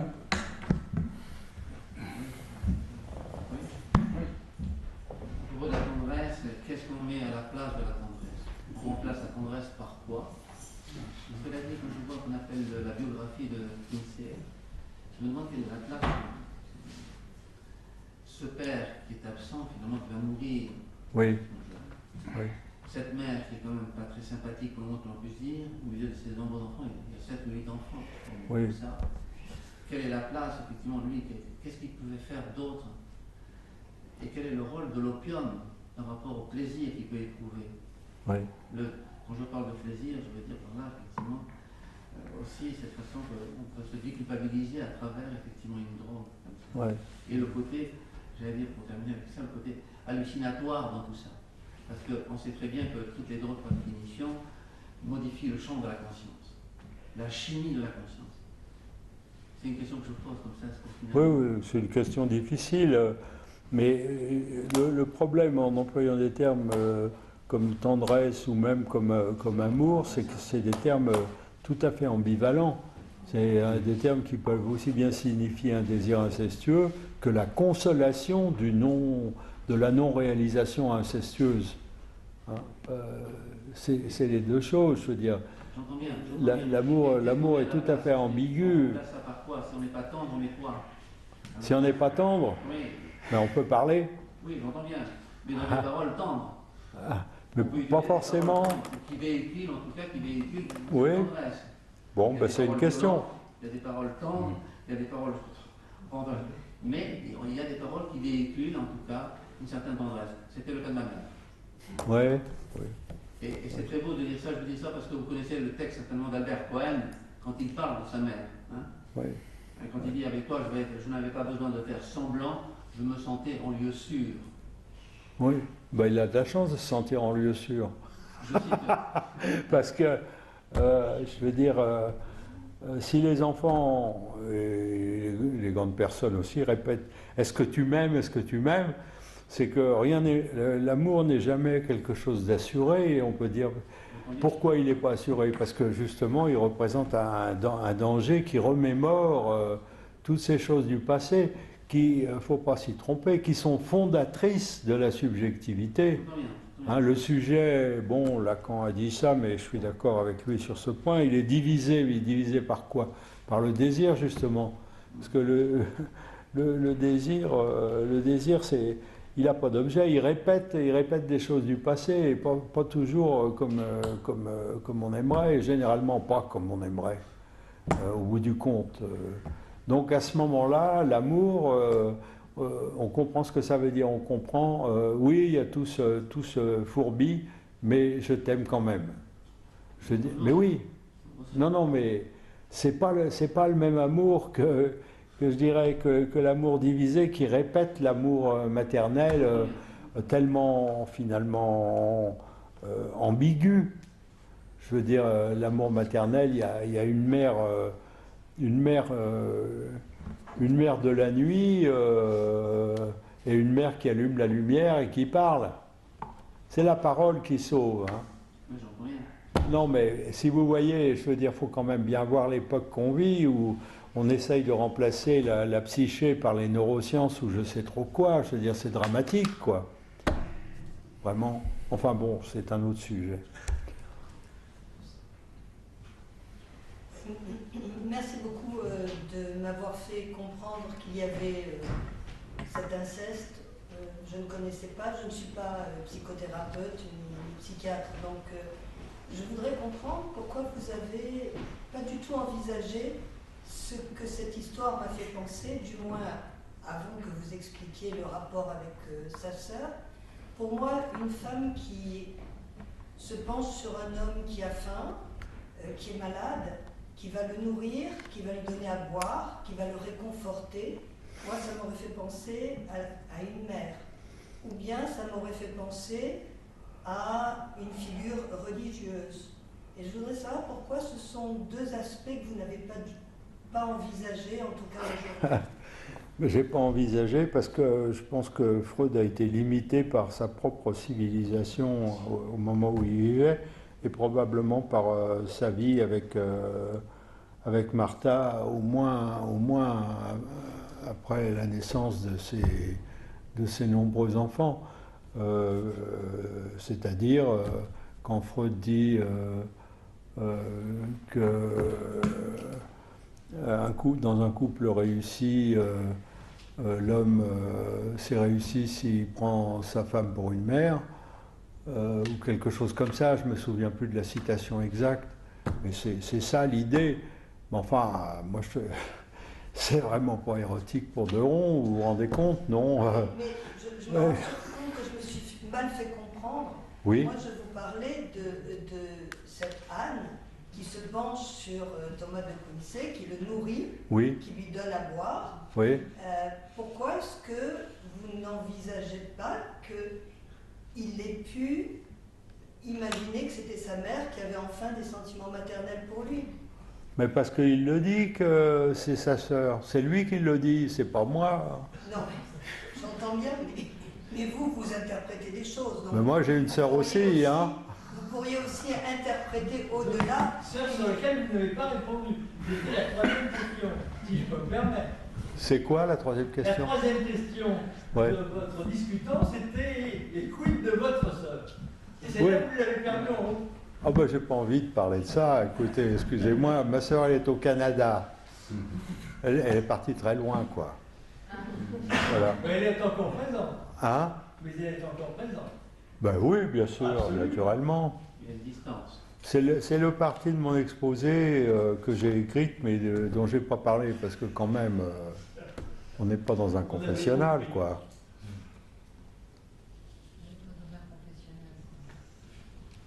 Non mais, je veux dire, le rapport incestueux, c'est pas c'est la même chose que ce que Thomas de Quincey a écrit, c'est sans doute pour ça que ça m'a beaucoup parlé. Ça n'a rien à voir avec, pour un enfant, le rapport incestueux, c'est pas un rapport de chair, c'est pas... Non, c'est la découverte d'une sexualité, comme disait un certain Freud, perverse polymorphe, c'est ça. Hein. C'est comme ça qu'il a découvert la psychanalyse quand même, avec comment dire, avec son ami Fliss, qui lui pensait à une bisexualité réelle et non psychique. Mais tout ça, c'est des débats de notre époque. Vous voyez tout ce qui se passe avec l'histoire d'être... Comment on essaye de détruire la psychanalyse avec toutes ces histoires. Non, mais c'est dingo. Hein, je veux dire, il va falloir qu'on soit courageux pour défendre cette conquête de la civilisation irremplaçable qu'est la psychanalyse. Enfin, je trouve. Hein. Votre question est intéressante aussi parce que je trouve que De Quincey, finalement, c'est lui qui dit derrière cette prostituée, j'ai pensé à ma sœur, et voilà. Et c'est vrai qu'il nous donne à penser qu'il n'y a pas à associer beaucoup plus que ça pour épaissir la représentation qu'il nous donne. Par exemple, supposant, bah oui, c'est une imagerie chrétienne, par exemple, c'est ceci, c'est cela. Mais probablement qu'évidemment, puisque c'est un écrivain qui assez rapidement parle à beaucoup, ça veut dire que beaucoup se reconnaissent dans ce qu'il propose, et beaucoup peuvent associer, eux, sur quantité d'images. Néanmoins, ce que Gérard Pommier nous propose d'une bisexualité à l'œuvre là, à ce moment-là, sans doute c'est peut-être ce qui nous parle le plus, parce que cette bisexualité nous occupe tous. Et tous, nous avons dû nous séparer d'un autre sexe qui était à l'intérieur de nous pour devenir homme ou pour devenir femme, bien entendu. Néanmoins, c'est bien ça peut-être qui peut être très troublant avec le style de Quincey, c'est que toute sa vie, il dit les choses comme certains de nos patients peuvent les dire. Certains de nos patients nous disent « mais j'ai très bien réfléchi, dans mon coin, je sais très bien que derrière cette jeune prostituée, il y a le visage de ma sœur. Et néanmoins, j'ai beau le savoir, ça ne me calme pas. » Et De Quincey, toute sa vie, a écrit, a repris cette histoire-là, et ça ne l'a nullement calmé, c'est-à-dire que toute sa vie, il est resté dépendant de l'opium. Ça, c'est un des mystères qui nous interpellent, et qui font que tout ne repose pas uniquement sur le langage, ou du moins il faut un autre langage pour que parfois certains symptômes soient dénoués. Là, lui, il avait la langue, sans aucun doute, c'est quand même un écrivain, c'est pas rien. Il a tapé juste, il a visé juste, il a visé juste toute sa vie et il n'a pas produit de refoulement, c'est-à-dire quelque chose qui l'apaise. Alors que Freud, lui, a très bien refoulé la mort de Julius, d'autres traumas qu'on a découverts après, il a très bien refoulé en produisant une œuvre qui n'était pas tant que ça, lui, littéraire. Bon. Je creuse un petit peu ce que vous proposiez. D'autres questions, remarques ou sollicitations à la confesse? Comment vous avez entendu, Gérard Pommier, la première fois qu'au séminaire de Lacan, vous avez entendu « il n'y a pas de rapport sexuel » J'ai fait une petite conférence il y a 15 jours, intitulée « Il n'y a pas assez de rapports sexuels ». Donc, voilà. Vous voulez que je vous refasse la conférence maintenant? Non, je ne sais pas comment le dire en quelques mots. Il n'y a pas de rapport sexuel, c'est quoi? Il n'y a pas assez de rapports sexuels, c'est que... ah oui, plus tardivement dans son œuvre, Lacan a dit sauf entre les générations. Voilà, vous avez la réponse à votre question. Sauf entre les générations, ça veut dire que il y a effectivement, qu'est-ce que je veux dire, quelque chose du désir qui s'établit à cause de la remémoration de ce qu'il y avait dans l'enfance. C'est-à-dire, j'avais trouvé des trucs assez rigolos. Il n'y a pas assez de rapport.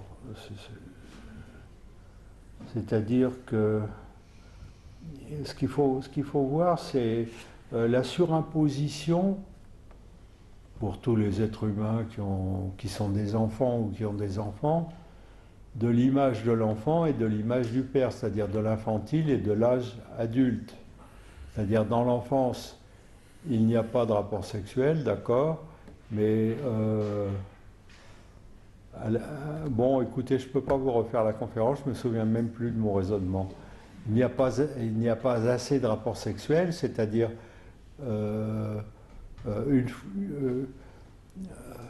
comment échapper à ce qu'il y a d'incestueux dans la famille?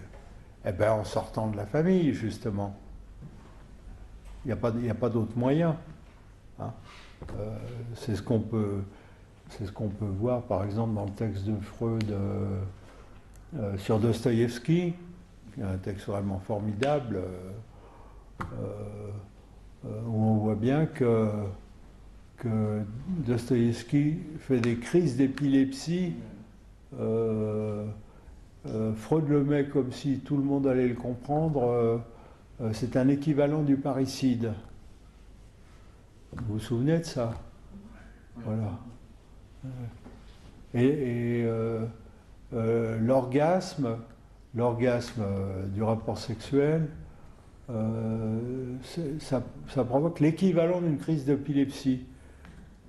Et un électrochoc, pourquoi ça soigne un électrochoc à votre avis? Justement parce que ça provoque des crises d'épilepsie, ça provoque des orgasmes. Les orgasmes sont l'équivalent d'un parricide, en quelque sorte, c'est une sortie de la famille. Voilà, je vous réponds vraiment très... comme ça, pas très bien. Pourtant, il y a 15 jours que j'ai fait cette causerie et j'arrive pas à retrouver. Il n'y a pas assez de rapports sexuels. Bien sûr, je veux dire, les êtres humains ont une activité sexuelle sans rapport avec le besoin de se reproduire, ni avec aucun désir naturel. Ils font ça pour sortir de la famille, en quelque sorte. Parce que justement, dans la famille, ça oui, il n'y a pas de rapport sexuel. D'abord, c'est impossible physiologiquement, et ensuite, il y a une horreur de l'inceste de la part des enfants. Je veux dire, les cauchemars du loup, tant que la mère ne parle pas à son enfant, et surtout ne l'appelle pas par son nom, parce que c'est ça qui interdit l'inceste, c'est le nom de la parole qui est donnée à l'enfant. Quand la mère appelle 1000 fois son enfant par son nom, eh ben voilà, c'est ça l'interdit de l'inceste. Le père, il est dans la parole. C'est la parole qui interdit. Je ne suis pas convaincant, là, je le sens. Une autre question? Eh bien, chacun est sorti de sa famille pour venir ce soir. Maintenant, il s'agit de sortir de l'amphithéâtre. Merci à vous, merci de votre attention. Merci.